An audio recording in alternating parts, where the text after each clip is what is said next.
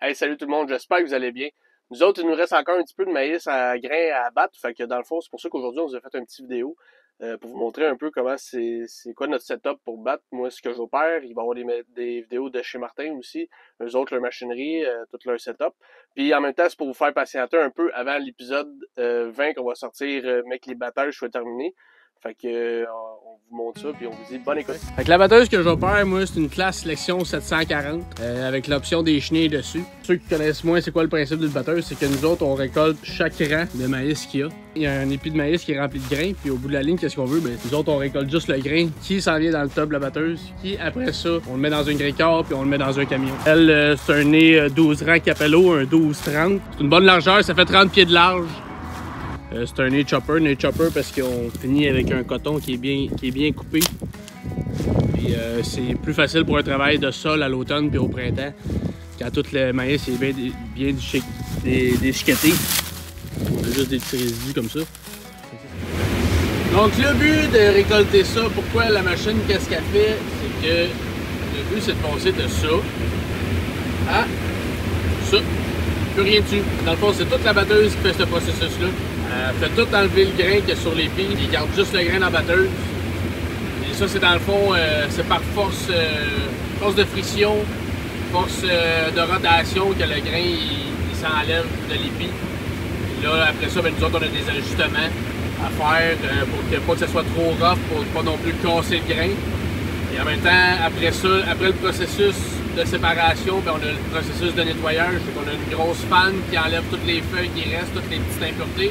Puis on a des passes avec des petites ouvertures, deux passes, une par-dessus l'autre, avec des ouvertures. Qui fait que il y a juste le maïs, il y a juste le grain qui passe pour s'en venir jusque dans la benne en arrière.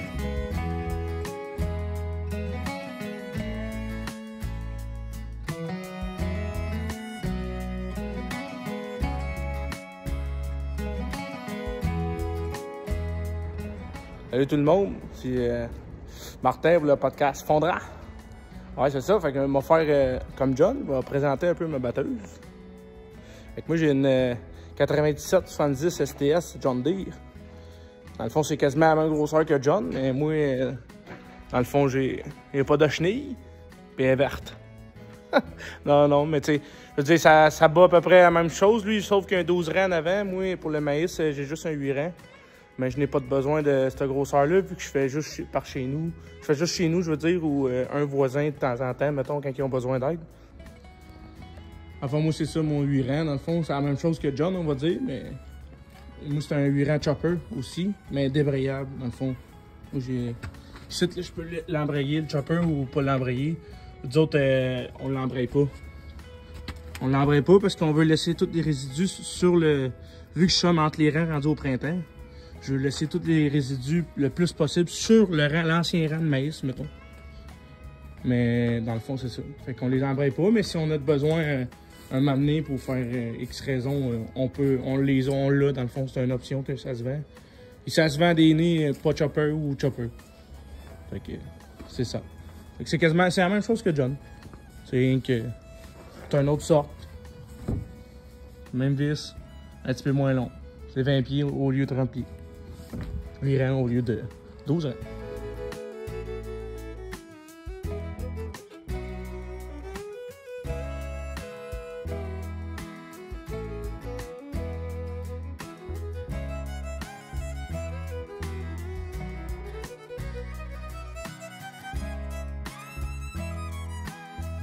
Dans le fond, on en fout un peu les résidus avec ça à l'automne, quand on est capable de le passer. Quand on n'est pas capable, on essaie de le passer au printemps.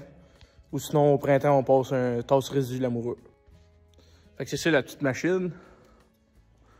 Un Gladiator Kun. Dans le fond, c'est un 8 rangs traîné par un petit John Deere. Un petit 8410. Puis dans le fond, nous autres, on passe ça en chaque rang. Dans le fond, nous autres, on essaie d'enfouir un petit peu de stock avec ça, dans le fond, entre les rangs.